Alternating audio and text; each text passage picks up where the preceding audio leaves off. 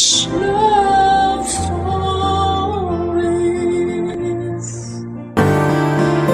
Mapagsakripisyo ang taong nagmamahal ng totoo. Kaya lang minsan ay meron ding mga abusado. Ikaw kabarangay, ano ang nakahanda mong gawin para lamang mapatunayan kung gaano mo kamahal ang isang tao? Dear Papa Dudut, good day sa inyo at sa mga kapwa ko panatiko ng Barangay Love Stories.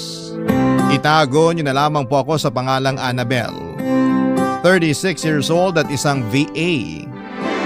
Ulila na ako sa mga magulang at wala rin akong mga kapatid.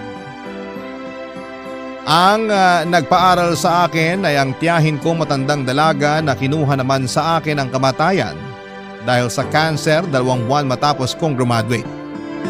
Kaya naman ang naging takbuhan ko na lamang at kasama sa buhay ay ang best friend kong si Barbara na nakilala ko noong nagtatrabaho kami sa bangko bilang financial analyst. Nandun pa rin siya hanggang ngayon samantalang ako ay nag-iba na ng career nung nagkaroon ako ng live-in partner na tawagin na lang natin sa pangalang PJ. Magsisimula ang kwento ko noong taong 2017 kung saan ay nag-uumpisa pa lamang kaming mag-date ni PJ. Nakilala ko siya sa isang dating app at agad kaming nagkapalagayan ng loob. Hindi po si PJ ang first boyfriend ko dahil nagkaroon na ako ng 2 ex bago ko siya nakilala. Pero pareho akong sawi sa 2 yon, kaya pinangako ko sa sarili ko na handa na akong tumandang dalaga. Pero pagkalipas ng halos 2 taon mula ng huli kong breakup ay sumubok ulit akong makipagkilala at ibinigay naman kaagad ng tadhana sa akin si PJ. 5 buwan niya akong niligawan bago ko siya sinagot. At pagkatapos ay niyaya na niya akong tumira kasama siya sa iisang bubong, Papa Dudut.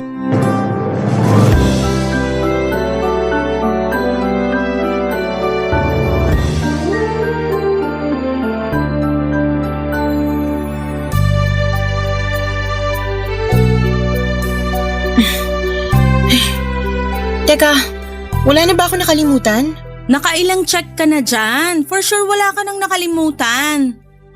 Pero kilala mo naman ako, likas ang pagiging makakalimutin. Ewan ko ba, parang habang tumatanda ako, lalong humihina memorya ko. Kung makapagsalita to, akala mo naman may malubhang sakit para maging makakalimutin ng bongga? Grabe ka naman, pang malubhang sakit lang ba yun? Hindi ba normal lang yun kapag nagkakaedad ang tao? 29 ka pa lang, tapos ako 31. Hindi naman ako sobrang makakalimutin, no? Ikaw naman, nagjo-joke lang yung tao. Pero seryoso, sana wala na ako nakakalimutan, no? If ever naman na may nakalimutan ka, pwedeng-pwede mong balikan dito sa apartment natin. Sa bagay, tama ka naman. Ay, pero sure ka na ba talaga? Nalilipat ka na dun kina PJ? As in sure na sure. Oo naman, excited na rin ako makasama siya sa iisang bubong. Paano yung mga anak niya? Hindi ka ba mahihirapan kung sakali? May kasunduan naman kami na hindi ako magpapakananay sa mga anak niya kasi may nanay na sila. Kung sa pakikisama lang din, walang kaso sa akin yun. Mahilig naman ako sa mga bata eh. Pero hindi ka ba talaga na turn off kay PJ nung nalaman mong may dati na siyang kinakasama at nagkaanak pa sila? Not just 1 but 2 kids ang pinag-uusapan natin dito. Hindi naman. Masaya nga ako kasi sinabi niya sa akin agad. Ibig sabihin, alam kong honest siya. Saka, hiwalay na sila ng dati niyang kinakasama so wala na akong dapat ipag-alala. Okay. Kung sa tingin mo magiging okay ka dun, sige, okay na rin sa akin. Basta, wag mo pa rin akong kakalimutang dalawin dito pag nandun ka na, ha? Oo naman. Tsaka parang hindi tayo magkikita sa work ah. Hello, iisa pa rin kaya ang pinapasukan natin. Ay, oo nga no. Pero syempre, maninibago pa rin ako. Ilang taon din tayong magkasama dito sa apartment tapos ngayon mag-isa na lang ako. Pero don't worry kasi carry ko naman. Kailangan ko na lang uling sanayin sarili ko na mag-isa. Mag-asawa ka na kasi. Wala pa sa isip ko yan. At wag mo na rin ipagpilitan kasi alam mo stand ko dyan. Oo na. Akala mo yata hindi ko alam na hanggang ngayon inaantay mo pa rin na magkabalikan kayo ng ex mong tukmol? Tinawag mo na ngang tukmol tapos gusto mo pang balikan ko? No way! Hindi yan yung bukang bibig mo sa akin nung nag-inuman tayo, oy. Drama mo pa nga nun, sabi mo pa nga. Stop! Ayoko nang marinig kung ano man mga sinabi ko nung lasing ako. Di valid yun. May alak sistema ko. Parang nung nabaliw lang ako sa kanya nun, wala ako sa tamang pag-iisip. Sus! Pero seryoso wag ka nang babalik sa tukmol na yon. Sasaktan ka lang ulit nun. Nagawa ka ng lukuhin at pagmukhaing tanga tapos babalikan mo pa. Kaya no way na talaga. Pukpukin mo na lang ako ng bote ng wine pag binalikan ko pa. Sige, gusto ko yan. Gagang to? Kitang-kita yung excitement Basta, ingat ko dun kay PJ Sana maging masaya ka at siya talaga yung lalaki na para sa'yo. Oo naman. Salamat kasi nakasama kita sa loob ng ilang taon dito sa apartment natin. Hindi ko naramdaman na mag-isa ako kahit ulila na ako sa mga magulang at namatay pa yung nag-iisang tiyahin ko. Hindi mo lang ako best friend, para mo na rin akong kapatid. Kaya wag kang mag-atubiling hingi ng tulong ko pag kailangan mo ko.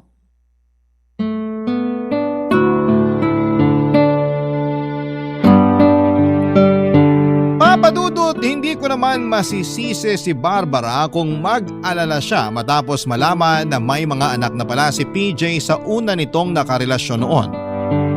At nagko-co-parenting sila ng nanay nito. Ibig sabihin, salitan at naghahati sila sa pag-aalaga ng 2 bata. Kaya may mga pagkakataon na nasa apartment sila ni PJ nag-i-stay. Pero wala namang kaso sa akin yon dahil nagkasundo kami ng boyfriend ko na hindi ako magpapakananay sa mga anak niya dahil may nanay naman sila. Kaya kahit alanganin ang kaibigan ko sa plano kong pakikisama kay PJ, ay tinuloy ko pa rin ang paglipat sa apartment niya. Kung ako ang tatanungin ninyo, Papadudot, wala naman talagang problema sa akin lalo na kung ang gagawin ko lang ay pakisamahan ang mga anak niya. Mahal ko si PJ at willing naman ako mag-adjust para lang makasama siya. Saka 29 years old na ako ng mga panahon na yon. Baka sign na rin yun ni Lord para mapaghandaan ko ang pagkakaroon namin ng pamilya ni PJ sa hinaharap. Nangako naman si PJ na pakakasalan ako at bubuo kami ng sarili naming pamilya. Kaya nagtiwala ako sa sinabi niyang yon. Masasabi kong smooth at maayos yung unang 2 buwan ng paglipat ko sa apartment nila. 2 beses sa isang linggo nasa bahay ang mga anak niya na nasa edad 5 at 7. Madalas, yon ay tuwing weekend dahil wala silang pasok sa eskwelahan. Inaasikaso ko pa rin naman sila. Pinaglulutuan ng pagkain at nakikipag-bonding paminsan-minsan. Kahit na wala talaga akong maramdamang kagustuhan na magpakananay sa mga anak ng kinakasama ko.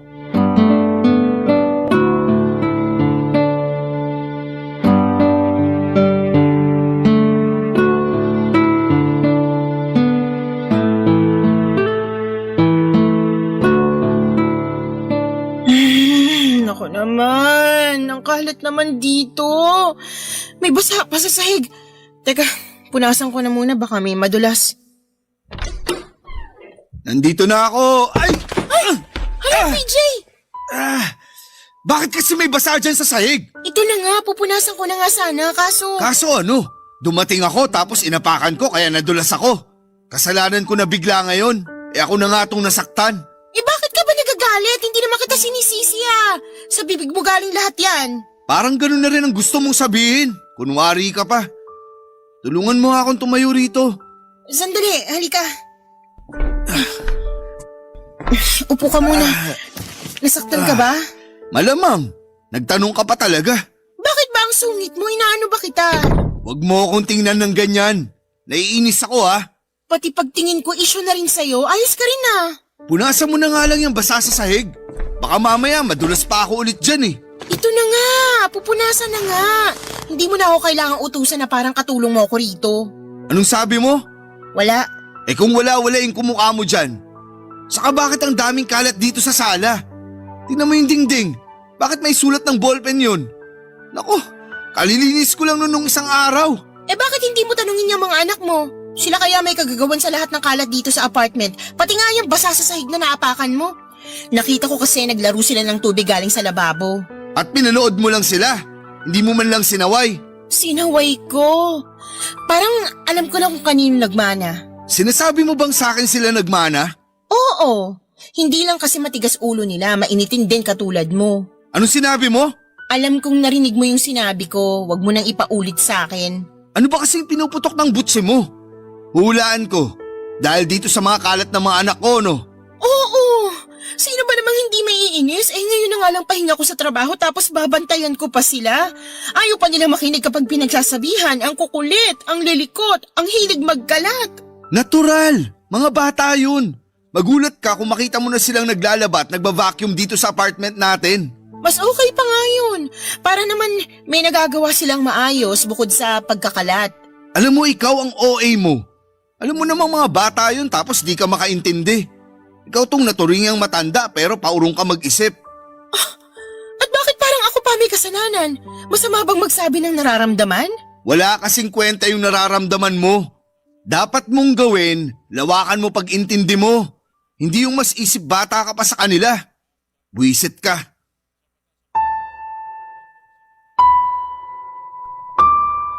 Papadudot na saktan ako noong sabihin sa akin ni PJ ang mga katagang yon. Pero pinilit kong huwag magpaapekto dahil baka stress lang siya sa trabaho. Kaya lang kahit na nung isip ko nakalimutan na lamang ang mga nangyari ay hindi ko pa rin magawa.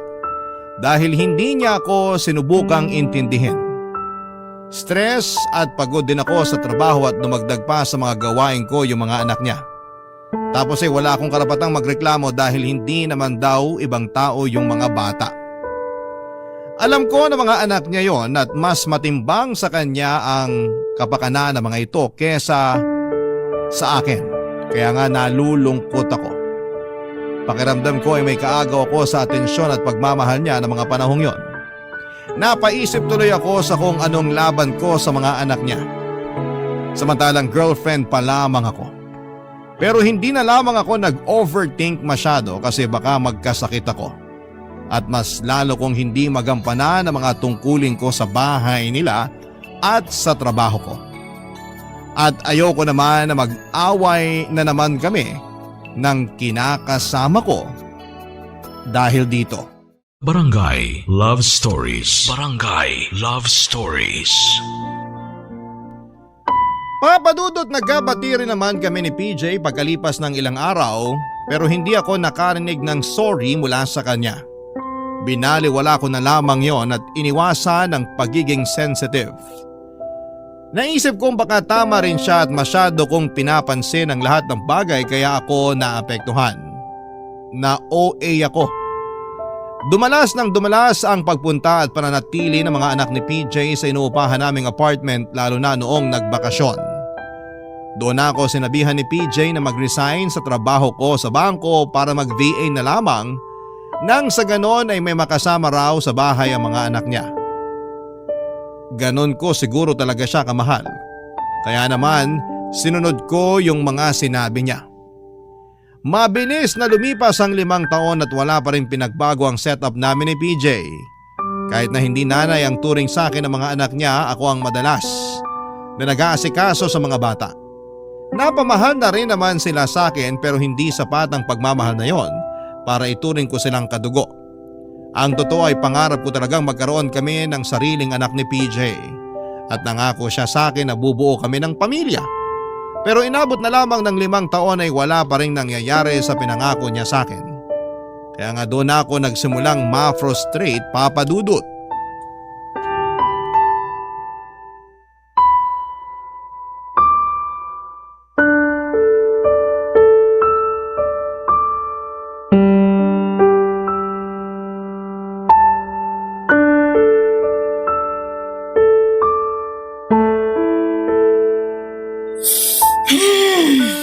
Napapansin kong kanina ka pa bumubuntong hininga.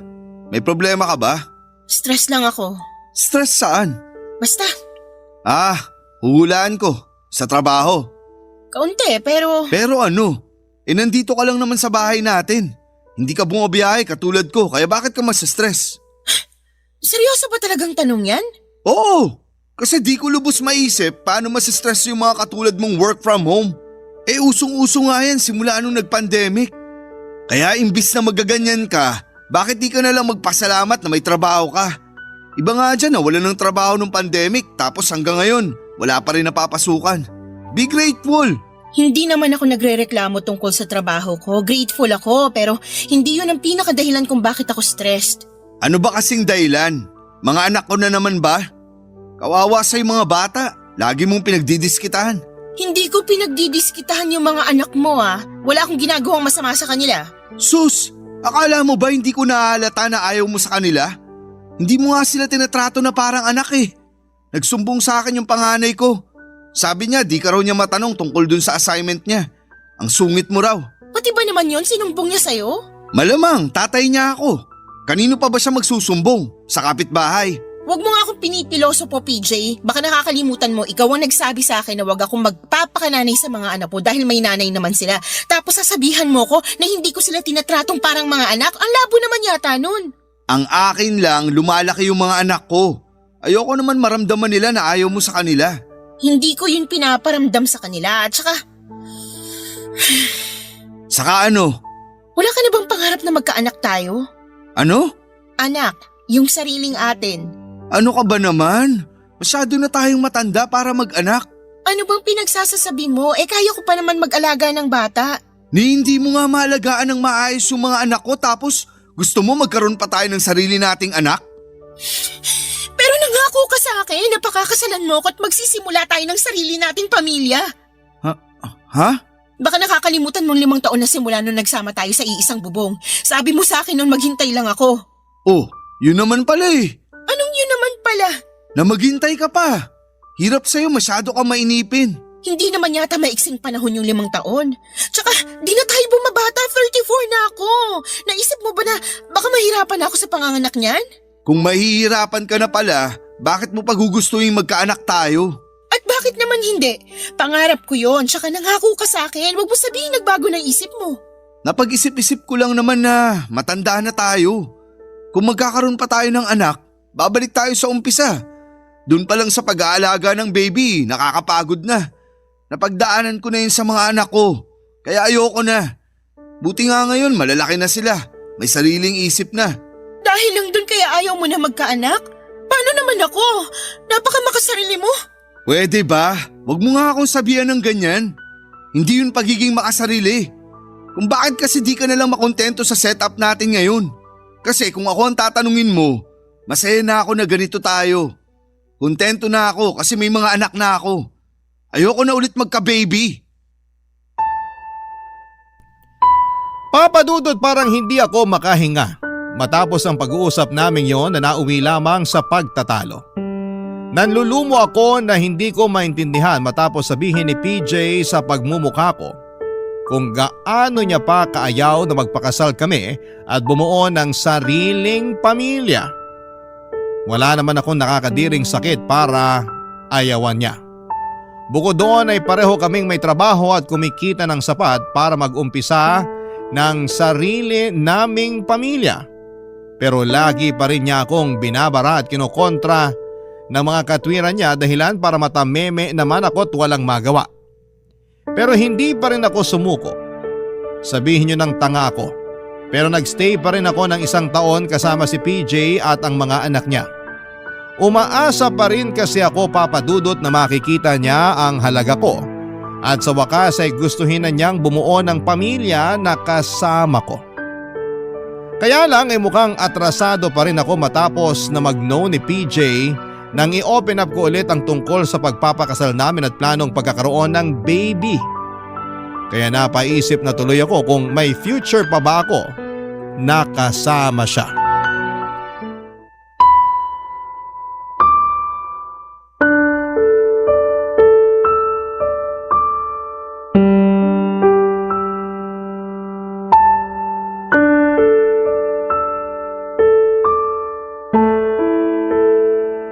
Ano? Sinabi niya yun sa'yo?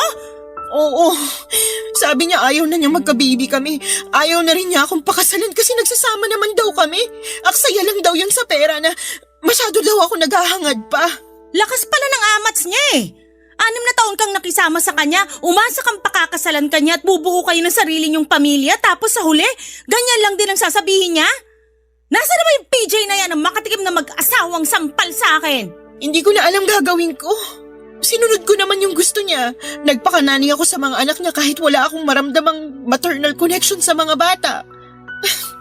Mahal ko naman sila pero hindi sapat yung pagmamahal na yon para tratuhin ko silang tunay na anak. Kasi nga, pangarap mo magkaroon kayo ng sariling anak ni PJ. Oo eh. Tsaka nangako siya sa akin na pakakasalan niya ako at magkakaanak kami pero biglang ayaw na raw niya. Ewan ko kung bakit nagbagong isip niya. Paulit-ulit ko siyang kinakausap tungkol doon pero paulit-ulit lang din ang sagot niya. Ayaw niya talaga. Gosh, ang sakit lang sa part mo na ikaw pa talaga yung nakiusap sa kanya na tuparin niya yung mga pangako niya sa'yo matapos mong maghintay ng 6 na taon.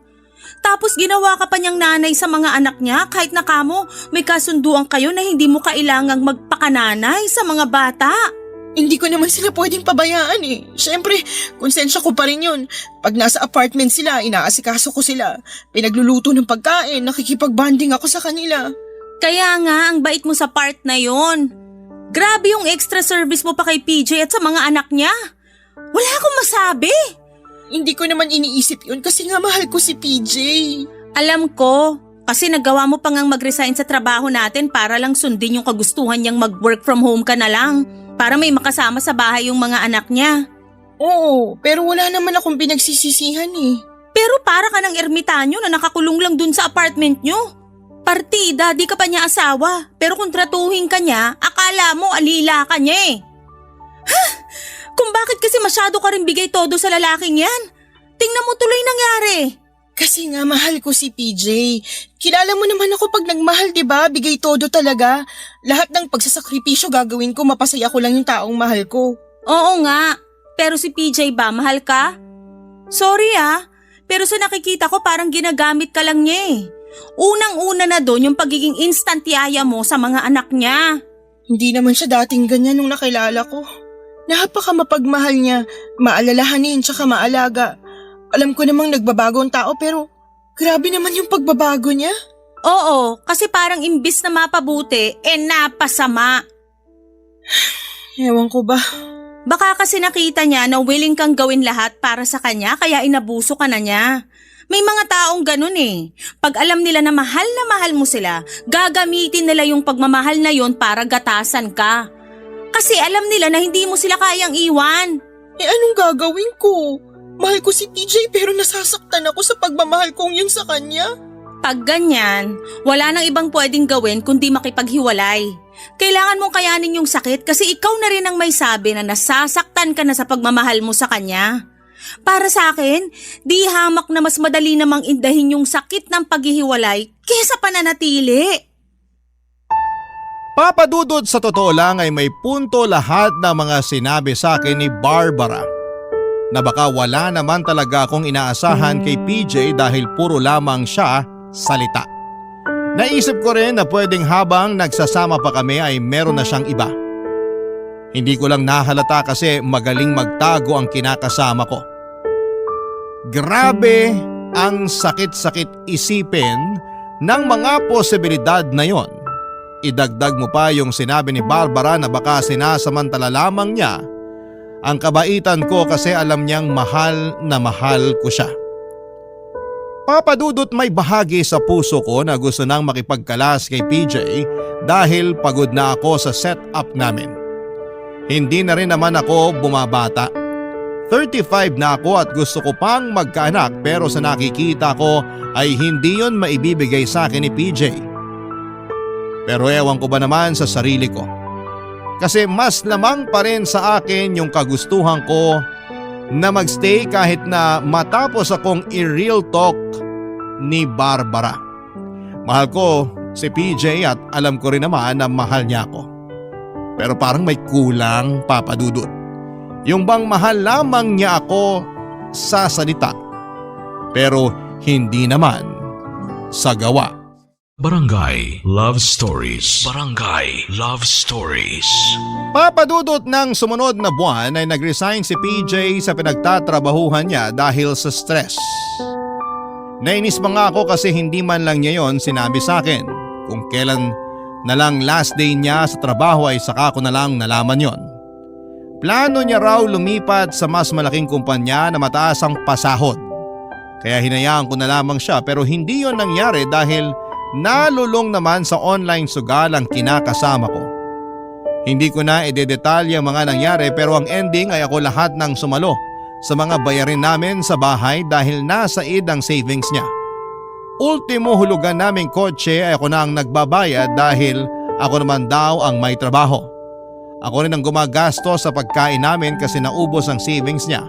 At ang malala pa doon ay nagkaroon pa siya ng mga utang na pinag-awayan din namin. Mas lalo tuloy akong na-stress at nakadagdag pa yung kailangan kong asikasuhin ng mga anak niya kapag pumupunta sa apartment. Hindi ko na alam, Papa Dudut, kung ano ang uunahin ko. Pagod na ako. Madalas ay kulang ako sa tulog at nalilipasan ako ng gutom dahil hindi rin ako matulungan at maasikaso ni PJ sa pamamahay namin. Lagi siyang wala at pag tinatanong ko kung saan siya nagpupunta ay sasabihin niya na sa bahay ng kaibigan kasi may racket sila doon. Pero madalas ay lasing naman siyang umuuwi. Napagod na lamang akong sermonan siya kaya nanahimik na lamang ako. Baka kasi bigla na lamang akong himatayin sa tindi ng sama ng loob at stress sa kanya.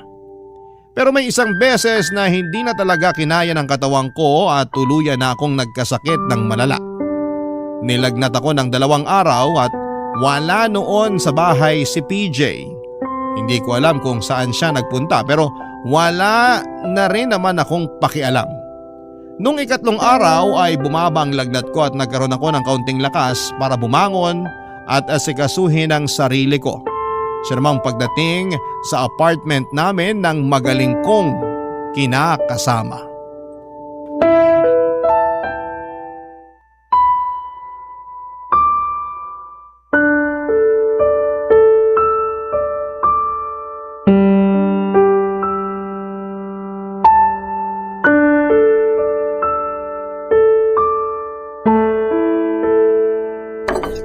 Ano ba yan?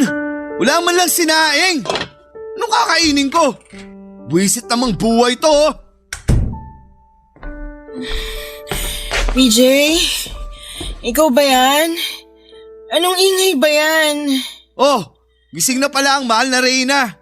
Pwede ba wag kang sumigaw? Naririnig naman kita eh. Paano hindi sisigaw? Nakakabwisit ka. Ano bang kasalanan ko sa'yo? Ang aga-aga nagagalit ka na dyan.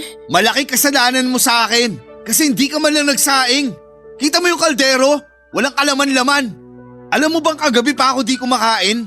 Gutom na ako, Annabel. Alam mo rin ba na 3 araw na ako may sakit at hindi rin ako nakakakain ng maayos? Ay, hindi mo pala alam yun kasi wala ka naman dito sa apartment natin. At wala akong kamalay-malay kung saang lupalop ka ng Pilipinas pumunta. Alam mo ba na akala ko mamamatay na ako noon kasi inaapoy ako ng lagnat tapos hindi pa kita matawagan, lintik ka. Ako pa talaga sinisi mo? E di sana pina-hospital mo yung sarili mo. O di kaya tinawagan mo si Barbara para matulungan ka madala sa doktor. Minsan kasi gamit-gamitin mo rin yung utak mo. Hindi yung ganyan na puro ka lang talak. Para kang palengkera, salot sa lipunan. Ikaw ang salot sa lipunan! Anong sinabi mo? Ang sabi ko, ikaw ang salot sa lipunan! Sumusobra ka na ha? Sige, subukan mo kung sampalin kung ayaw mong isaksak ko tong kutsilyo sa'yo. Ibaba mo yung kutsilyo. Ibababa ko lang tong kutsilyo kapag sinabi mo sa akin kung saan ka pumupunta pag umaalis ka. Diba? Nabanggit ko naman na nandun ako sa kaibigan ko. Kasi may racket kami. Tingin mo maniniwala pa ako sa palusot mong yon? Hoy PJ, huwag mo akong gawing tanga. Hindi ako pinanganak kahapon kaya umamin ka na. Ano ba kasi nga aaminin ko? Yung totoo! Sabihin mo na yung totoo bago pa ako yung magsabi nun sa'yo. Okay, sasabihin ko. Pero ibaba mo muna yung kutsilyo. Ayan, tinapon ko na. Wala naman talaga akong balak na gamitin yan sa'yo. Stress lang, tapos dinadagdagan mo pa. Sorry na, hindi ko naman sinasadya. Stress lang din ako sa kagutom. Gutom din ako, PJ. Hindi pa nga ako magaling sa sakit ko, diba?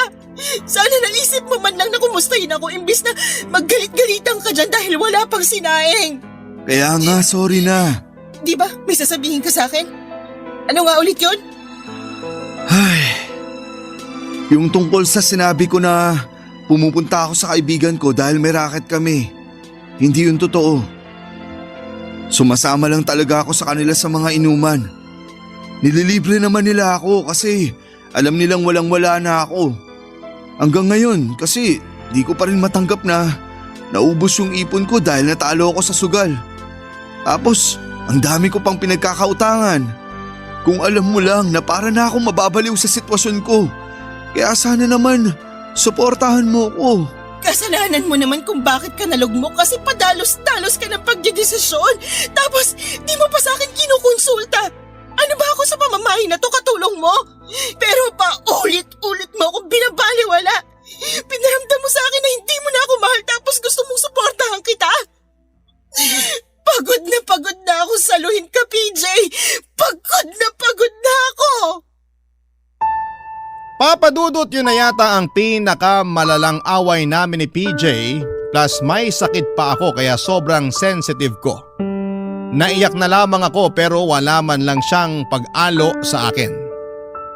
Napakataas ng pride niya. Nakala mo ay nasa buhay lamang niya ako para pagsilbihan sila ng mga anak niya. Kaya nga po ang sama-sama talaga ng loob ko sa kanya, Papadudot. Sa kabilang banda ay hindi ko rin mapigilang sisihin ang sarili ko kasi nagstay ako sa sitwasyon na yon ng ganon katagal. Minahal ko naman si PJ at ang mga anak niya pero feeling ko ay nagsayang lamang ako ng mahabang panahon na kasama sila. Lalo na at unti-unting nagiging malinaw sa akin na wala talagang plano si PJ na pakasalan ako at magkapamilya kami. Desidido na ako makipaghiwalay pero hindi ko alam kung paano sasabihin. Baka kasi sa huli ako pa yung lumabas na masama. Kaya nga naikwento ko yung lahat kay Barbara noong minsang nagkita kami para magkape at napansin niya ang pagkabalisa ko. Sinabihan niya ako na tumuloy muna sa apartment kasama siya para naman daw makapag-isip-isip ako. Pagkaraan ng 3 araw ay nagulat na lamang kami nang sumugod doon si PJ. Nagalit na galit para sunduin ako.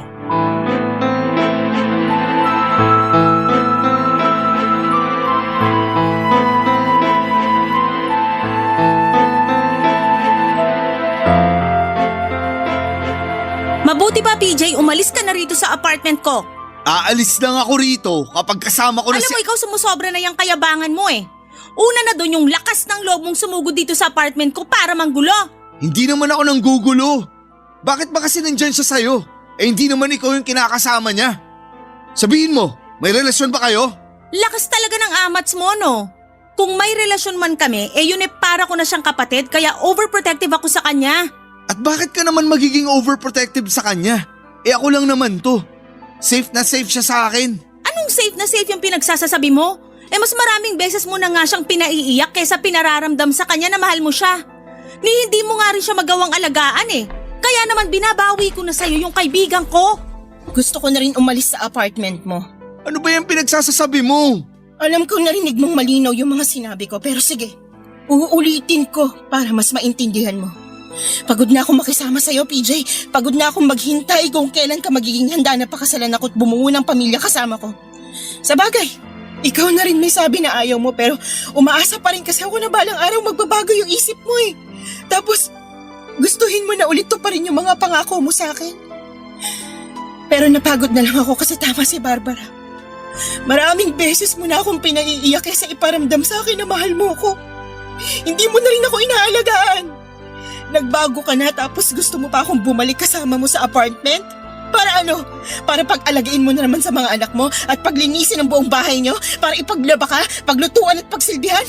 Kapal mo rin eh. Akala ko ba masaya ka naman sa ginagawa mo? Kaya bakit bigla ka nagrereklamo dyan? Masaya nga ako. Hanggang sa abusuhin mo na yung kabaitan ko. Kapal din naman ang mukha ng lalaking to, oh. Siya pa talaga matapang. Tumahimik ka dyan, Barbara! Hindi ka kasali rito! Ikaw ang tumahimik. Kapal mo. Imbis na magpakumbaba ka, ikaw pa tong maangas? Baka gusto mong tumawag ako ng mga tanod para ipadampot ka. Umalis ka na, PJ. Aalis lang ako kung sasama ka. Hindi na nga ako sasama sa'yo. Ayaw mo na bang ayusin natin to? Pangako, magbabago na ako. Aayusin ko na yung buhay ko para mapakasalan kita. Ayoko nang magpakasal sa'yo. Di bali nang tumanda akong dalaga, wag lang akong mapunta sa katulad mo. Siguro nga, may rason kung bakit nangyari to sa akin eh. Kasi pinoprotektahan lang ako ng Diyos laban sa katulad mo. Kaya wag ka nang umasa na magpapauto pa ako ulit dahil tapos na tayo. Simula sa araw na to, hiwalay na tayo, PJ. Wag mo naman gawin sa akin to.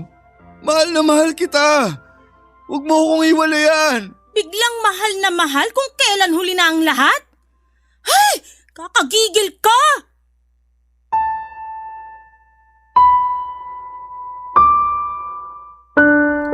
Papa Dudut, hindi na rin naman ako napilit ni PJ na sumama sa kanya pabalik sa apartment niya ng araw na yon. At pagkalipas ng ilang minuto ay kusa na rin siyang umalis. Nang sumunod na araw ay nagpasama ako kay Barbara na kunin ang mga gamit ko sa apartment ni PJ.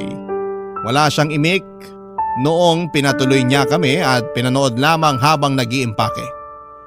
Sinubukan niya pa akong kausapin at makiusap na sana'y magbago pa ang isipan ko pero hindi na po talaga. Bagaman naawa rin ako sa kanya ay ayoko na ulit maranasan yung mga sakit at lungkot na pinagdaanan ko sa loob ng relasyon naming dalawa. Ayoko na ulit maramdaman na wala akong kakampi at nag-iisa ako habang kami pa.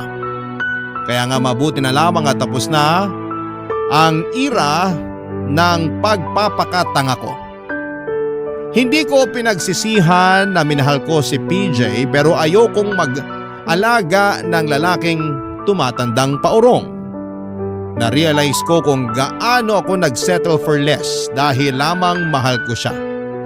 Kahit nga siguro bare minimum ay hindi niya maibigay sa akin kaya sinabi ko sa sarili ko na ayoko na. Hanggang ngayon, Papa Dudut, ay masakit pa rin sa akin ang mga nangyari pero umaasa ako na balang araw ay makakapag-move on din ako. Wala na po akong balita kay PJ at sa mga anak niya pero nasa panalangin ko pa rin na sana'y nasa mabuti silang kalagayan. Kasi kahit papaano ay meron pa rin naman kaming pinagsamahan. Hanggang dito na lamang po ang sulat ko, Papa Dudut, at umaasa ako na sana'y mapili po ninyong i-ere ang kwento ko. Virtual hug po sa lahat ng mga dumaan sa kapareho kong sitwasyon. God bless po sa inyong programa. Ang inyong forever kapuso at kabarangay, Annabel. Barangay Love Stories. Barangay Love Stories. Ako, gigil na gigil talaga ako sa nangyayari sa kwento natin. O ikaw, kabarangay, kumukulo rin ba dugo mo? Pwede kang mag-iwan ng comment sa ating comment section. Nagustuhan ng iyong napakinggan? Ituloy yan via live stream sa www.gmanetwork.com/radio. Barangay LS 97.1 Forever. Love Stories.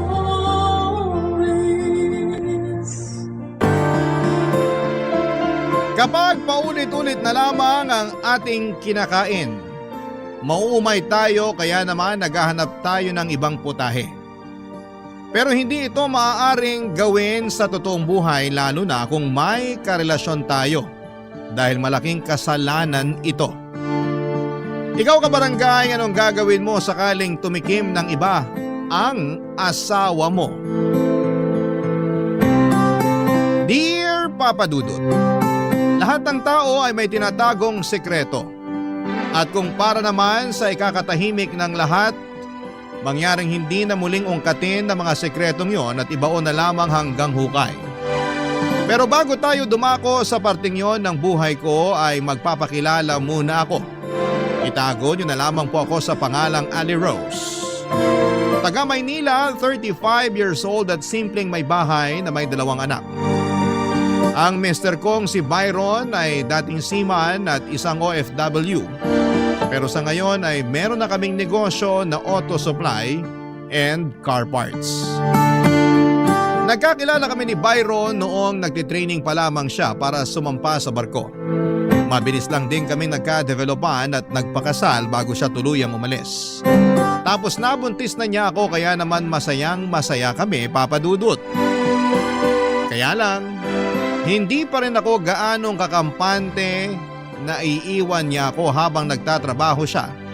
Dahil nga first baby namin yung dinadala ko. Praning ako, paano na lamang kung may mangyari sa akin tapos ay nasa malayo siya. Nang mga panahong yon ay nagrenta kami ng apartment sa Pasig at wala akong malapit na kamag-anak dahil lahat ay nasa probinsya namin sa Romblon.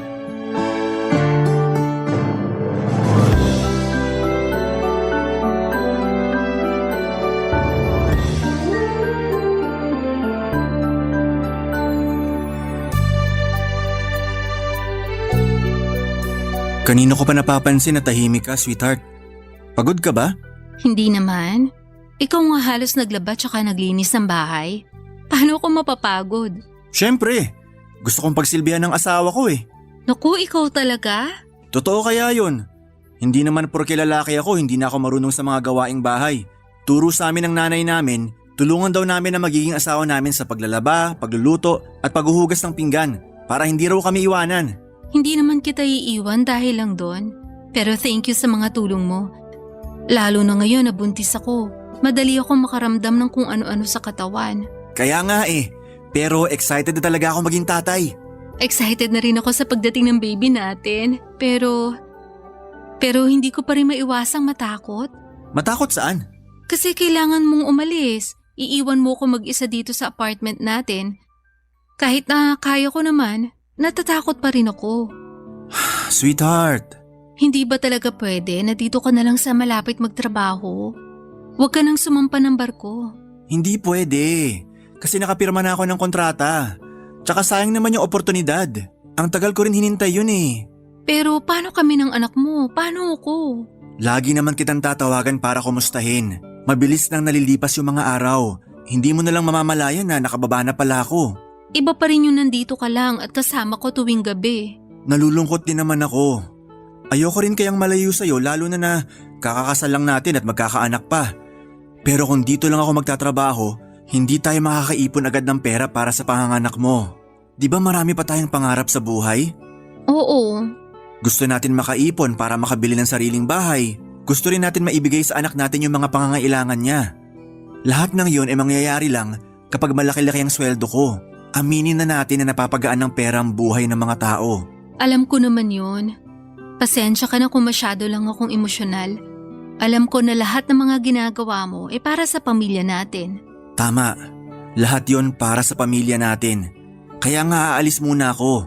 Magtatrabaho kahit malayo sa inyo para sa pagbabalik ko kahit paano meron na tayong matupad sa mga pangarap natin.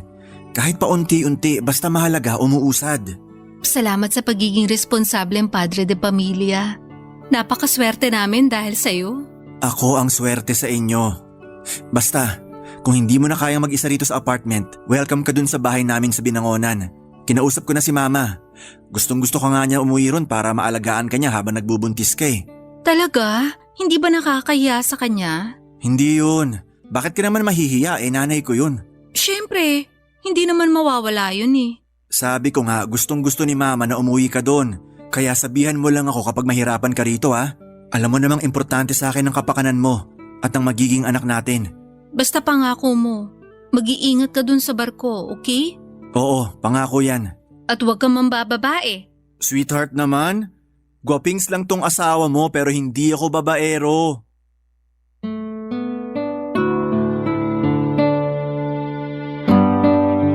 Papadudot, naiintindihan ko naman na gustong umalis ni Byron para mabigyan niya kami ng maayos na buhay ng anak niya. Ramdam ko sa mga salita niya na desidido siya at nakikita ko ang determinasyon sa kanyang mga mata. Ako rin naman, Papadudot, gusto kong makapag-ipon kami ng pera para sa kinabukasan ng aming anak. Kaya kahit takot ako mag-isa, nilakasan ko ang loob ko. Pumayag na rin akong tumira muna kasama ang mama niya na nasa Binangonan, Rizal ng mga panahong yon. Lalo na noong nag 6 months na ang tiyan ko. Mabait naman ang nanay ng mister ko. In fact ay todo asikaso siya sa akin noong nandun ako sa bahay nila. At hanggang sa mga anak ko ay hindi ako pinabayaan ng mother-in-law ko. Naisip ko nga kung nasa malapit lang sana ang mama ko. Pero kahit na nasa malapit lang siya, hindi kami in good terms lalo na noong nagdesisyon akong umalis sa probinsya namin sa Romblon para magtrabaho sa Maynila. Mahabang kwento pero galit siya sa akin kasi hindi ko sinunod yung gusto nilang mangyari ng tatay ko na ipakasal ako sa mayamang taga doon lang din sa amin. Ang bata-bata ko pa noon at nangarap akong makapagtapos ng pag-aaral. Pero hindi na noon natupad dahil mas ginusto ko na lamang na magtrabaho. Naging waitress ako sa isang resto bar at doon kami nagkakilala ni Byron. 2 buwan matapos kong mga anak ay nagsabi ako sa mister ko na gusto ko na ulit bumalik sa nirerentahan namin. Nang time na yon kasi Papa Dudut ay umuwi sa bahay ng mother-in-law ko, ang panganay niyang anak na lalaki na may pagkabatugan at bossy kong umasta. Kaya na ako hindi na sinasanto. Kaya bago ko pa siya mapatulan ay nag-decide na akong umalis na lamang sa kanila. Kahit mahirap ay nag-adjust rin ako ng mga panahong yon. Kinaya ko alang-alang sa peace of mind ko, Papa Dudut.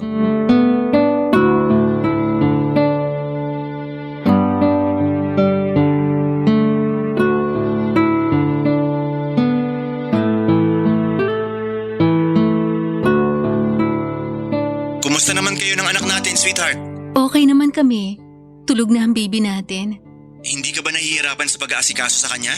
Hindi naman. Parang nasasanay na nga ako kaya gamay ko na.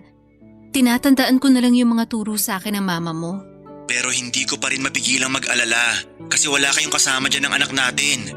Paano na lang kung may mangyari tapos nasa malayo si na mama? Kumalma ka lang, sweetheart. Walang mangyayari sa amin. Safe na safe kami dito. Gated yung village natin. Tsaka may rumorondang security guard dito. Ang taas din ang bakod. May barbed wires pa, kaya imposible makapasok dito ang masasamang loob. Ay, mabuti naman. Pasensya ka na. Siyempre malayo ako sa inyo kaya hindi ko mapigilang mag-alala. Mas mag-alala ka kung nandun pa ako sa inyo. Bakit naman? Ay, ayoko namang lumabas sa sumbongera o sirain yung pamilya nyo pero yung kuya mo kasi, simula nang mawalan siya ng trabaho at tumira dun sa bahay nyo, gabi-gabi na lang naglalasing. Tapos kung sino-sino pang lalaki yung pinapapasok niya sa bahay, mga kainuman niya na karamihan, kakakilala pa lang niya. Talaga? Nakakainis naman si kuya. Oo, ayoko lang din sa kanila ginagawang yosihan yung bahay. May hika si mama tapos may baby rin. Hindi mapakiusapan ng kuya mo, madalas pang galit lalo paglasing. Kaya hindi ko na natagalan yung ugali. Kilala mo ko, baka mapatulan ko pa yon pero tinikom ko na lang yung bibig ko kasi nga, kapatid mo pa rin naman siya. Sana sinabi niyo sa akin para ako na yung kumausap kay kuya. Hindi naman siya makikinig sa'yo eh. Di ba sabi mo, sarili lang niya ang pinapakinggan niya? Ay, oo. Ganun yung ugali nun. Ultimo si mama, hindi niya pinakikinggan. Lagi rin niyang sinasagot. Lakas makabastos. Kaya nga laking luwag namin nung umalis yun sa bahay eh. Tapos umuwi na naman pala. Ganun siguro talaga. Hindi mawawala sa isang pamilya yung magkaroon ng kapatid na sakit sa ulo. Sa inyo bang magkakapatid? Sino yung sakit ng ulo? Ako yata. Paano mo naman nasabi? Siyempre, hindi ko sinunod yung gusto ni nanay at tatay. Napakasalan yung kakilala nilang mayaman. Hello, 18 anyos pa lang ako noon. Ang bata-bata ako pa tapos gusto nila agad ako mag-asawa. Sobra naman sila. Sinabi mo pa? Tsaka ayokong tumira at tumanda doon sa amin. Bakit? Kasi pangarap kong makita at marating ang Maynila. Kaya nga buti na lang talaga nangailangan ng trabahador sa resto bar niya yung kaibigan ng tiyahin kong taga rito sa Pasig. Kaya ka sumama papunta riyan? Oo. At kaya rin nagalit sa akin yung mga magulang ko. Pero matagal na yon. Ilang taon na rin yung nakakalipas. Hindi pa rin ba kayo nagkakabate?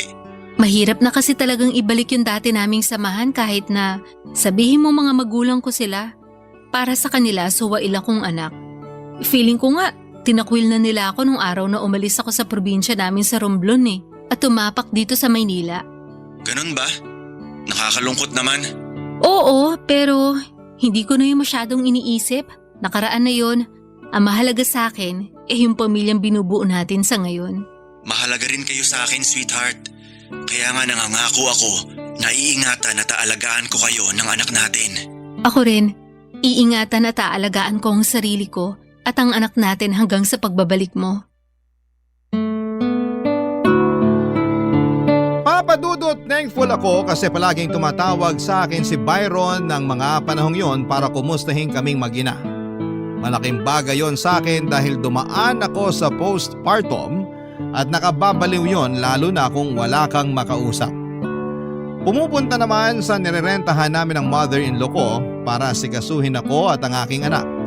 Kaya nga nagpapasalamat din ako sa kanya ng husto dahil kahit matapos kong umalis sa kanila ay hindi niya pa rin ako pinabayaan.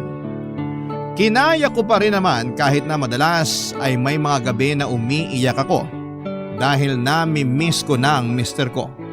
At nadadagdagan lang ang tampo ko sa kanya kapag walang signal sa barko.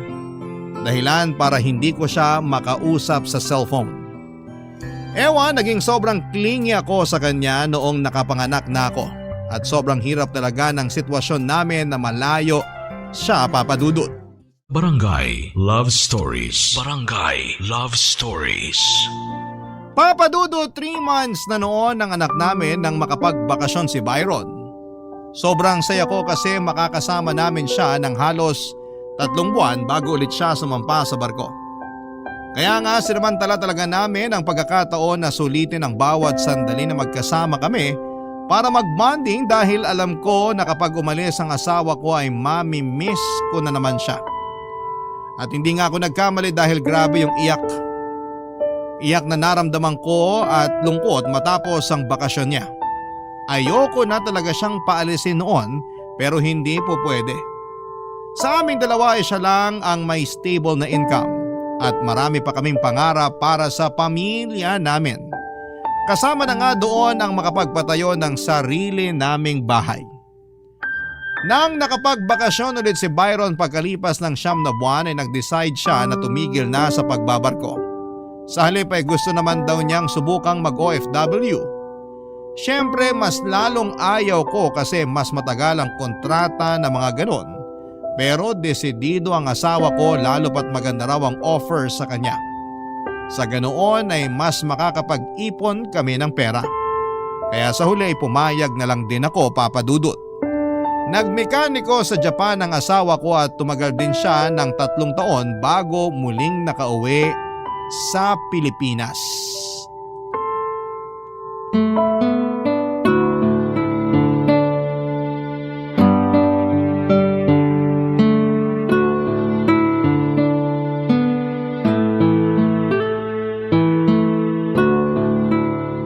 Grabe! Ang sarap talaga ng steamed pompano mo. Hanggang ngayon nasa dila ko pa rin yung lasa. Naku, baka naman kailangan mo lang mag-toothbrush para mawala yung lasa sa dila mo.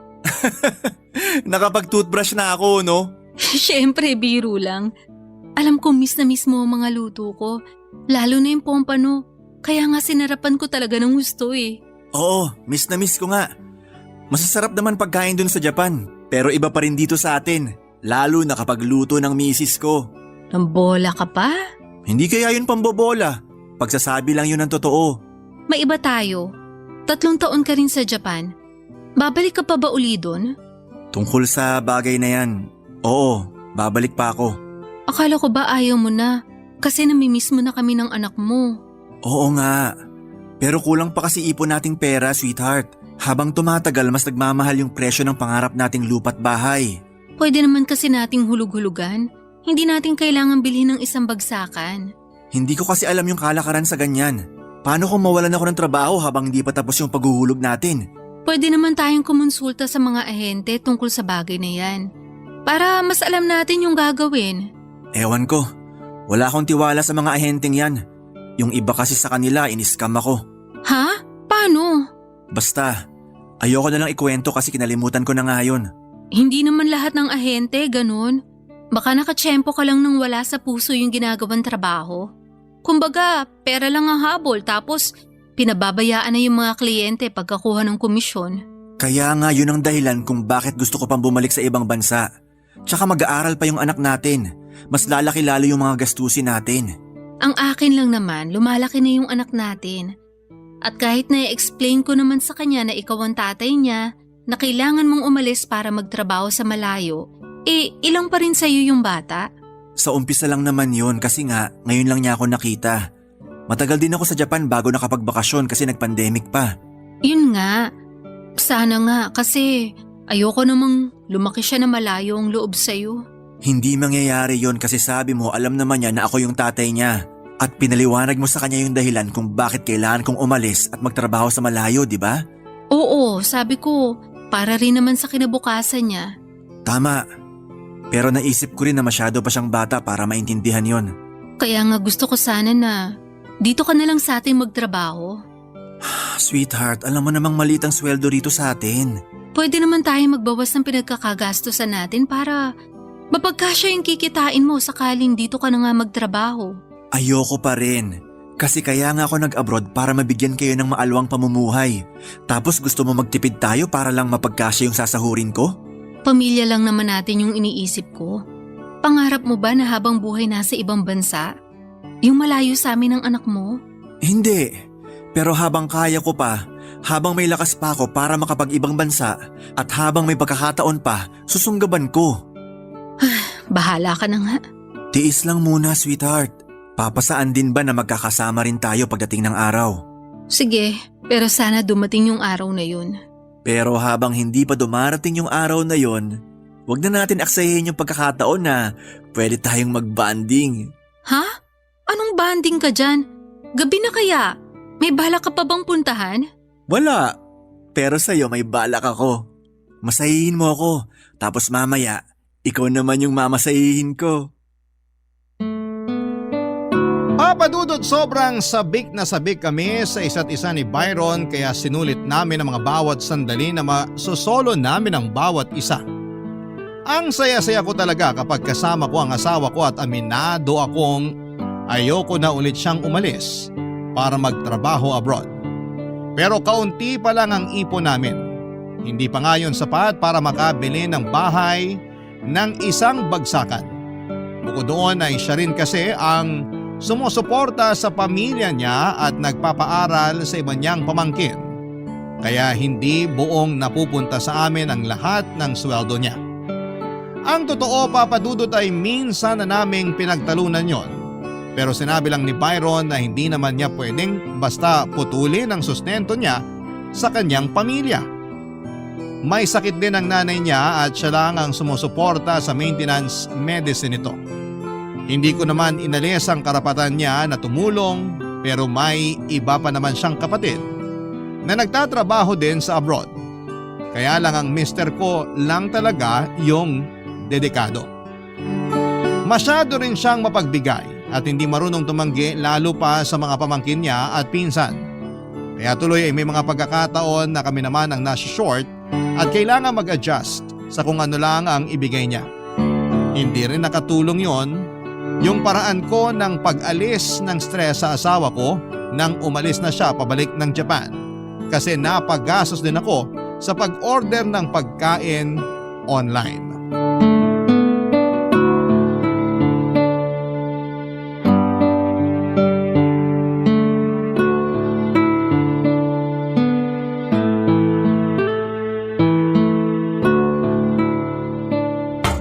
Tao po! Tao po! Delivery po! Ma'am, kanina pa ho ako rito. Ay naku kuya, sorry. Pwede po bang pumasok sa loob? Kahit dyan lang sa may garahe. Ang init kasi rito. Ay oo naman, pwede. Sige, pasok kayo. Sige, wala ho ba kayong aso? Wala naman po. Grabe naman, ma'am. Halos 20 minutes na ako nakatayo dyan sa labas. Mapapanis na rin yung order nyo eh. Pasensya na talaga. Nagpaligo kasi ako ng anak ko eh. Kaya hindi ko kayo agad narinig at naharap. Hindi ko rin hawak yung cellphone ko. Nako naman. Pasensya ka na talaga ha. Ito na rin yung bayad. May tip na rin yan para naman sa paghihintay mo. Uy, salamat ho ma'am. Buti naman nagpatip kayo. Mag-isa lang ho ba kayo rito? Ha? Bakit mo tinatanong? Wala naman. Oh, teka, baka isipin nyo masamang tao ako ha. Hindi ako ganun, ma'am. Tinanong ko lang kasi nakapag-deliver na rin ako rito last time at pinaghintay nyo rin ako. Pero mga 10 minutes lang naman. Kaya napaisip ako kung kayo lang ba yung matanda sa bahay kasi parang ang dami-dami nyong ginagawa. Oo, ako nga lang mag-isa kasama anak namin. Nasaan ho yung mister nyo? Nasa ibang bansa eh. Kakaalis nga lang niya nung 1 buwan. Ganun ba? Alam nyo, pangarap ko rin makapag-ibang bansa. Kaso, mahal mag-asikaso ng mga papeles. Sinubukan ko namang pag-ipunan kaso, di talaga kaya. Marangal naman yung trabaho mo eh.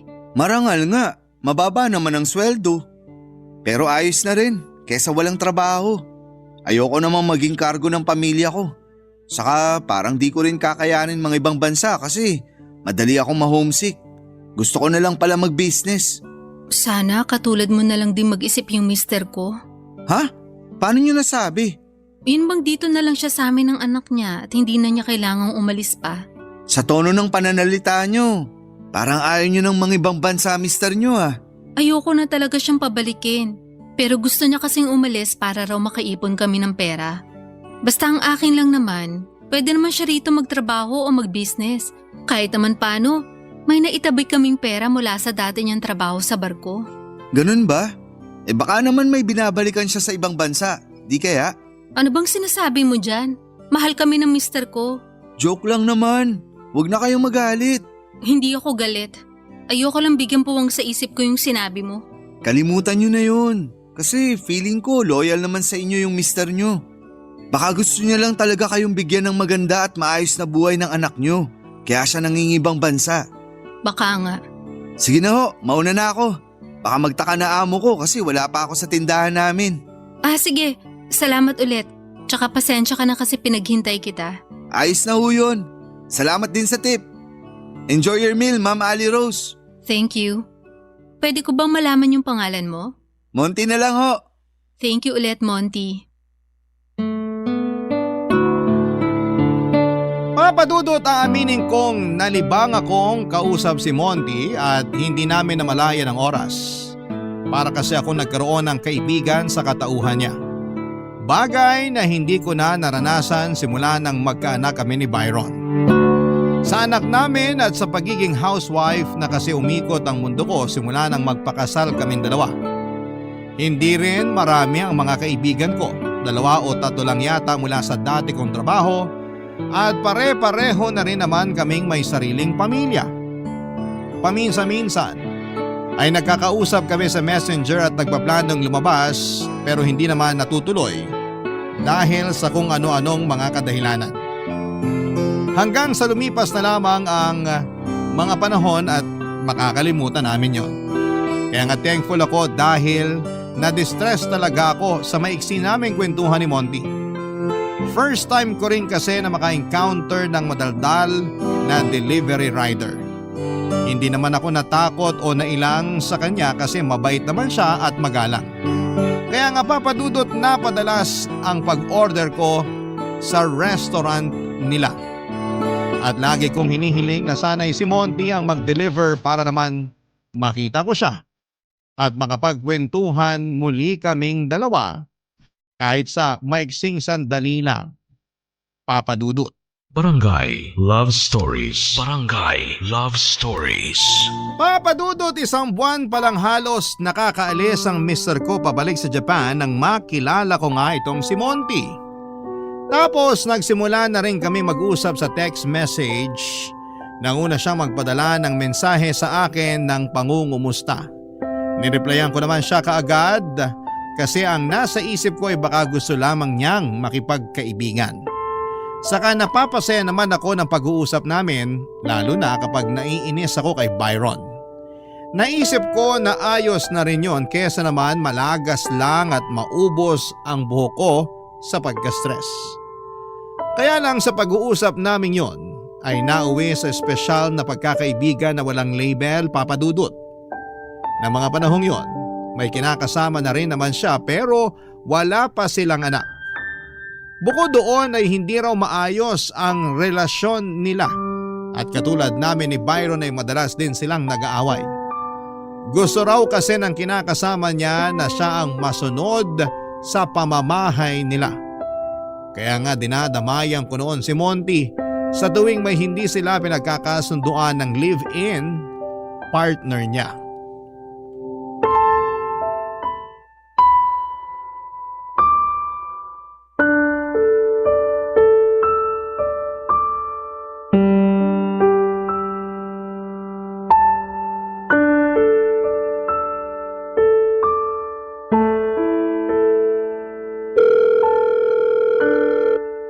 Monty, sagutin mo na yung tawag ko.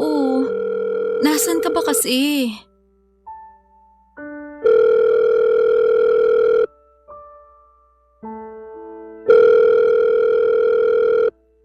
Hello?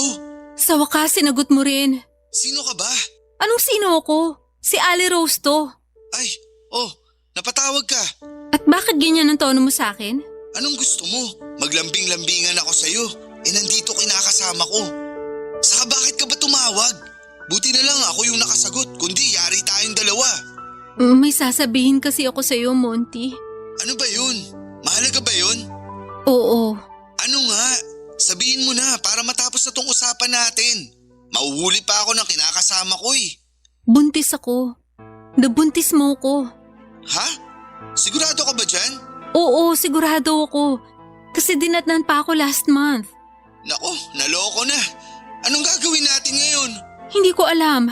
Natatakot ako na baka hiwalayan ako ng mister ko pag nalaman niya. Hindi ko rin alam yung gagawin natin. Hindi pa ako handang maging tatay. Kaya nga di ko pa binubuntis kinakasama ko eh. Kaya pababayaan mo ko ngayon? Baka nakakalimutan mo, dalawa tayong bumuo sa batang to. Hindi ko naman nakakalimutan yun, no? Nalilito pa kasi ako. Di ko pa ma-absorb yung mga sinasabi mo. Hindi naman natin mahal ang isa't isa, di ba? Oo, hindi nga. Bakit? Kung ganun, tapusin na natin ang ugnayan natin. Huwag ka na magpapakita sa akin. Huwag mo na rin akong ite-text o tatawagan. Ha? Ano bang pinagsasasabi mo? Ayoko lang malaman ng asawa ko yung kalokohan natin, kaya please lang, tapusin na natin. Paano yung bata sa tiyan mo? Paano yung anak ko? Hindi ka pa naman handang maging tatay, di ba? Oo. Kaya hindi ikaw ang kikilalaning tatay ng anak ko. Anong ibig mong sabihin? Si Byron ang kikilalaning tatay ng anak ko kasi siya naman ang asawa ko. Sigurado ka ba dyan? Oo naman. Hindi ka ba sasabit? Ako nang bahala. Basta sundin mo na lang yung sinabi ko. Huwag ka na magpapakita sa amin ng anak ko. Ay, ewan ko sa'yo. Anong ewan mo sa akin? Mangako ka, Monty. Mangako ka na hindi mo na kami guguluhin ng anak mo kasi ayaw mo naman talaga sa kanya, di ba? Hindi naman sa ayaw ko. Hindi pa lang ako handang maging tatay. Ganun na rin yun. Ibang klase ka rin, no? Kung makapagsalita ka, parang tuta lang pinag-uusapan natin dito ah. Bakit kasi hindi ka nalang magpasalamat sa akin na binigyan kita ng pabor? Ako na nga yung magbubuntis. Ako yung manganganak at magpapalaki sa bata. Ako na nga ang bahala. Basta para sa akin, may karapatan pa rin ako sa batang yan. Kasi dugot laman ko pa rin siya. Kalimutan mo na yung karapatang yon dahil hindi naman natin mahal ang isa't isa. Natukso lang ako kasi ikaw yung nandyan. Pero na-realize ko na ayaw ko pala kami maghiwalay. Ay, ewan ko ba naman sa inyong mga babae? Tapos sa amin kayong mga lalaki may ganang magalit kasi nambababae kami. Kayo rin naman, marunong mga liwa. Pareho lang naman tayo ng aliwa ah. Kasi may kasalanan ka rin sa kinakasama mo. Kaya kung ayaw mong malaman niya, ilibing na lang natin sa hukay tong sikreto nating to. Nagkakaintindihan ba tayo? Bahala ka na nga. Mangako ka muna, Monty. Bakit kasi ang dami mo pang arte? Sige no, gusto ko lang na may panghawakan. O sige na, sige. Nangangako ako na hindi ko na kayo guguluhin ng magiging anak natin. Papadudot, una sa lahat ay nainis ako na hindi pala nakasave sa phone ni Monty ang number ko. Kaya pang estranghero ang bungad niya sa akin nang sagutin niya ang tawag ko. Sa bagay, naiintindihan ko naman na mas mabuting hindi niya isave ang number ko sa phone niya para iwas huli sa ka-live-in niya. Matapos nga ang pag-uusap namin, desidido akong hindi ipakargo kay Monty ang anak niya dahil ayokong masira ang kasal namin ni Byron. Doon pa lang ay nag-sink in sa akin ang bigat ng kasalanang nagawa ko sa mister ko at sa kasal namin nang pumatol ako sa tukso. At mas malala pa ay nagbunga yon ng bata. Buti na lamang at nakumbinsi ko si Monty na ayaw ko siyang kilalaning ama ng anak namin at tapusin na namin ang aming komunikasyon. Nangako kami sa isa't isa na itatago namin ang sikretong nagkaanak kami hanggang hukay. Kakalimutan na lang namin na minsang naglaro kami ng apoy. Pagkatapos, ang sumunod kong ginawa ay sinabi ko kay Byron na buntis ako. Hindi naman siya mahirap paniwalain dahil bago siya umalis ay maraming beses na may nangyari sa amin. Dinagdagan ko na lang ng ibang kwento tulad ng huli ko na ng nalaman kasi hindi ako dinatnan noong 1 buwan. Kaya nga tuwang-tuwa ang asawa ko nang malaman niyang magkaka-baby ulit kami. Simula nang sinabi ko yon sa kanya ay bumalik na ulit yung pagiging maalaga niya sa akin.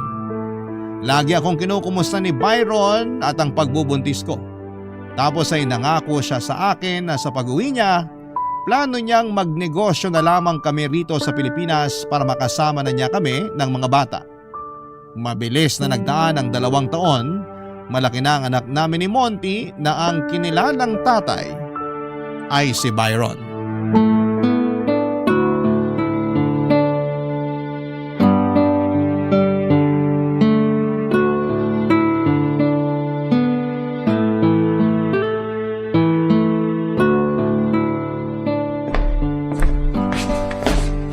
Good morning, sweetheart. Good morning din, sweetheart.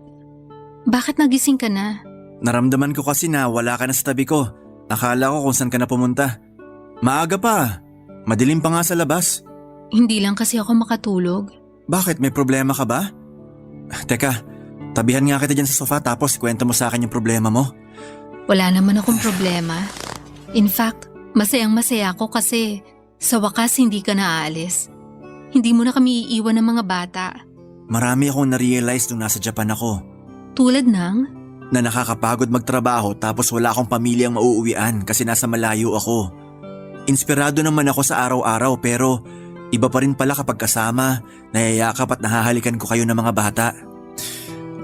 Simula nang dumating yung bunso natin, naisip ko na talaga na hindi na ako babalik sa Japan kasi ayoko namang pati siya lumaking malayo ang loob sa akin, katulad ng kuya niya. Kaya nga salamat kasi nakinig ka na sa akin. Oo, akala ko kasi hindi maganda yung idea mo nung una at nakafocus lang ako sa pagtatrabaho para kumita ng pera. Pero natutuhan ko na mas mahalaga pa rin ang pamilya. At kayo ang pamilya ko ng mga bata, sweetheart. Mahalaga ka rin sa amin. Alam ko kung gaano ka karesponsabling tatay sa mga anak natin at anak sa nanay mo. Ikaw rin yung paboritong tito ng mga pamangkin mo at karamihan sa mga kamag-anak mo itinutulungan mo. Oo, pero noon yun. Kasi panahon na naman para tumayo sila sa sarili nilang mga paa. Tutulungan ko pa rin naman sila pero sa abot na lang din ang makakaya ko. Totoo naman, hindi mo kailangang suluhin ng lahat, lalo na kung may kakayanan na sila. Oo, at naiintindihan naman nila yon kaya ayos naman kami. Mabuti kung ganun. Basta ang focus at ang priority ko sa ngayon ay ang pamilya natin. Palalaguin ko yung negosyo natin para makapag-ipon tayo ng pera para sa kinabukasan ng mga bata. Hindi mo naman kailangang suluhin yung pagtatrabaho, sweetheart. Nandito ako, tutulungan kita. Pwede akong pumunta o tumao sa tindahan natin. Hindi na. Nakakapagod kaya yun. Tsaka gusto ko focus ka lang sa mga anak natin. Kami na ang bahala dun sa tindahan. Sige, pero plano ko sana magtinda-tinda rin ng pagkain online. Talaga? Ano namang pagkain ang ititinda mo? Mga pastries, mga cake. Pero matagal pa naman yun kasi gusto ko munang matuto pa. Para naman hindi ako mapahiya sa mga magiging customer ko. Kung ganoon mag-enroll ka sa baking class para mas matuto ka pa. Yun nga rin ang plano ko. At susuportahan kita kasi alam ko may potensyal ka. Talaga? Oo naman. Ang sarap mo na nga magluto. For sure, mas magiging masarap ang mga produkto na ibibake mo. Salamat, excited na ako. Para ako nabuhayin ng dugo. Maghahanap na ako ng short-term course sa baking na pwede kong kunin. Yung maluwag lang din sa schedule para hindi ko mapabayaan yung mga anak natin. Sige, pero mamaya na yan. Maaga pa. Mabuti pa bumalik muna tayo sa pagtulog. Sa bagay, parang inantok na nga ako. Pero sigurado ka bang wala kang problema? Wala, ayos lang ako. O paano? Tara na sa higaan? Sige, tara. Ay sandali sweetheart, may sasabihin pala ako. Ano yun? Kahit na anong mangyari, mahal na mahal kita. Mahal na mahal ko kayo ng mga bata. Mahal na mahal ka rin namin. Pero kung makapagsalita ka parang may mangyayari ah. Wala naman. Emosyon na lang ako kasi buo na uli ang pamilya natin. Sama-sama na uli tayo. At pangako ko sa inyo na hindi ko na kayo iiwanan pa para magtrabaho sa malayo. Papadudot ang totoo, gabi-gabi akong kinakain ng konsensya ko dahil sa pagsisinungaling ko sa asawa ko. Pero wala naman akong lakas ng loob na aminin sa kanya ang katotohanan dahil siguradong masisira ang pamilya namin. Kaya nga pinilit kong kalimutan ang pagtataksil ko sa kanya. Pero may mga pagkakataon na nahihirapan ako lalo na kapag nakikita kong sobrang close ni Byron sa anak namin ni Monty. Mahal na mahal niya ang bata na parabang sa kanya talaga ito nanggaling.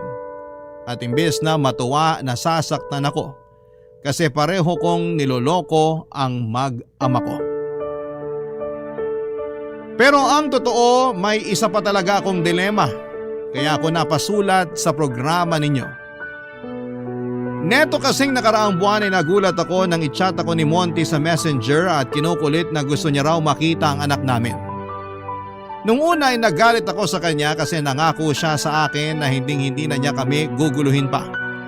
Pero nakonsensya naman ako noong sabihin niyang may malubha siyang sakit at baka hindi na raw siya magtagal sa mundo. Kaya gusto niya raw sanang makita ang anak namin kahit man lamang sa picture. Hindi ko na idedetalye ang nangyari sa kanya pero nagdadalawang isip ako kung susundin ko ba ang kagustuhan niya. Ayoko kasi talagang makita o makilala niya ang anak namin pero naaawa naman ako sa kanya. Ano kaya ang pwede kong gawin? Sana po ay mapayuhan ninyo ako. Hanggang dito na lamang po ang sulat ko at sana'y mapili po ninyong i-ere sa programa ninyo sa Barangay Love Stories. Ang inyong forever kapuso at kabarangay, Ali Rose. Barangay Love Stories. Barangay Love Stories. Ako, gigil na gigil talaga ako sa nangyayari sa kwento natin. O ikaw, kabarangay, kumukulo rin ba dugo mo? Pwede kang mag-iwan ng comment sa ating comment section. Nagustuhan ng iyong napakinggan? Ituloy yan via live stream sa www.gmanetwork.com/radio. Barangay LS. In Mega Manila, 97.1. Forever.